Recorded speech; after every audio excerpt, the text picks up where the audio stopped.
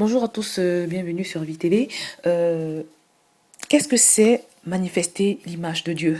Alors, pour expliquer ce que c'est manifester dans son quotidien, dans sa vie de tous les jours, l'image de Dieu, je vais prendre l'image d'une personne handicapée, par exemple. Vous savez qu'on est en France, et en France, ils ont l'habitude de donner des cartes aux gens pour tout. Vous avez une carte pour les chômeurs, vous avez une carte pour les handicapés, vous avez une carte pour tout, en général. La société vous donne cette carte-là et on vous identifie comme tel en fonction de votre carte. Je pense que même si on a une carte d'handicapé, par exemple, on n'est pas obligé de s'identifier à ce que la société fait de nous, à ce que la société dit que nous sommes. Parce que si tu es un enfant de Dieu, même si physiquement tu es handicapé, sache que Dieu ne te voit pas comme handicapé. Sache que le Dieu qui habite en toi n'est pas handicapé. Le fait que ton corps physique soit handicapé ne fait pas du Dieu qui habite en toi un handicapé. Et quand je parle d'acceptation de ce que de l'étiquette que la société colle sur nous, je parle en fait de la pensée. Tu peux avoir une carte d'handicapé. Si vraiment tu ne peux pas t'en séparer pour faire tes démarches administratives, ne t'en sépare pas. Mais dans ton cœur, déconnecte-toi de cette étiquette. Je veux dire, ne t'identifie pas à cette étiquette que la société te colle. Refuse cette étiquette. Refuse de te voir comme un handicapé. Mais vois-toi comme Dieu te voit. Si tu veux avoir une chance d'expérimenter le plan de Dieu, si tu veux avoir une chance d'expérimenter sa promesse, vois-toi tel que Dieu te voit. Il faut que ce soit quelque chose de manifeste. Parce qu'en général, le monde, notre entourage, notre famille a l'habitude de nous voir d'une certaine manière. On nous colle des étiquettes, on nous considère d'une certaine façon. Et nous, on accepte ces étiquettes, on accepte ces clichés. C'est comme un cachet qu'on met sur vous. Et si vous acceptez ça, je vous assure, il en sera fait selon votre foi. Regardez dans la Bible. À chaque fois, Jésus il disait, il en sera fait selon ta foi. Qu'il en soit fait selon ta foi. Regardez dans le cas du serviteur, du centenier. Bien aimé, c'est très important la pensée dans laquelle tu marches. Oh Seigneur Jésus. Il y a tellement d'exemples. Dans le cas du serviteur, du centenier, le centenier a demandé à Jésus de guérir son serviteur. Et Jésus lui a dit dans un premier temps, j'irai et je le guérirai.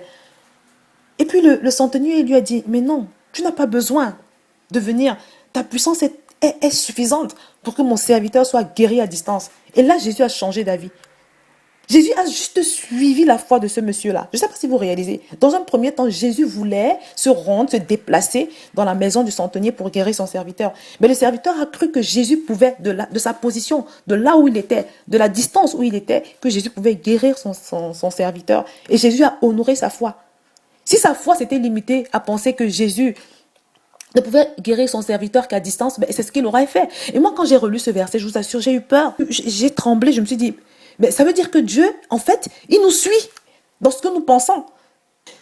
Si Jésus savait qu'il pouvait le guérir à distance, pourquoi lui a-t-il proposé dans un premier temps de se déplacer dans sa maison?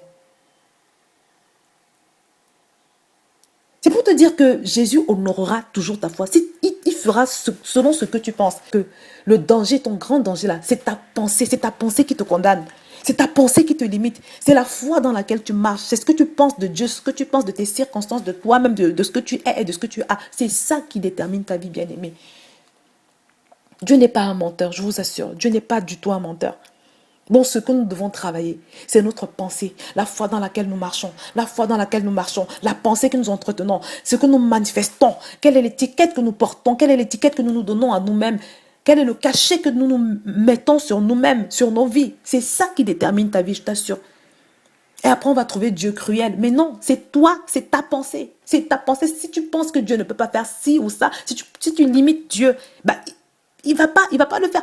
Le monsieur, il n'a pas limité Jésus à une guérison en se déplaçant.